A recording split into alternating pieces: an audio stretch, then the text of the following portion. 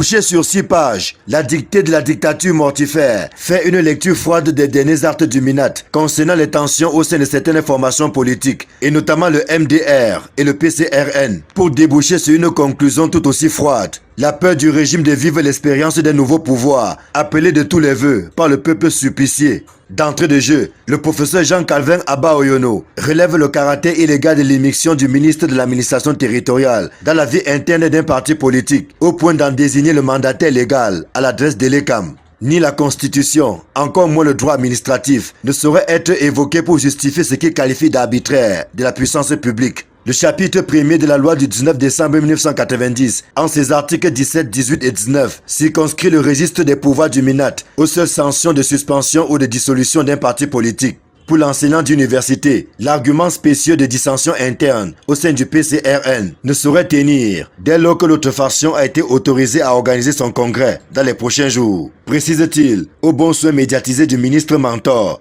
lequel n'est pas exonéré de responsabilité dès lors qu'il ne peut présenter le fondement textuel de la privation à festoyer lors du défilé du 20 mai imposé au PCRN. Cette façon de tordre le cou au droit constitutionnel, puis au droit administratif est inacceptable dans un état de droit. À la vérité, souligne le professeur Jean-Calvin Abba-Oyono, cet accaparement personnel et éternel du commandement politique trahit la peur du régime gouvernant face au ras-le-bol généralisé d'une écrasante majorité des citoyens qui militent ouvertement pour la tendance politique. Le brigadisme d'État auquel ils ont été subjugués ne passe plus comme une lettre à la poste. Tant de vies ayant été sacrifiées à l'autel de l'égocentrisme politique, et ce depuis bien des générations. Dès lors, poursuit l'expert en contentieux public, le boulevard qui menait jadis à la captation d'un nouveau septennat est devenu un sentier incertain et parsemé d'embûches. Le vote sanction d'un corps électoral, enfin sorti de sa léthargie, est dès lors mal perçu par les ultra-conservateurs au pouvoir.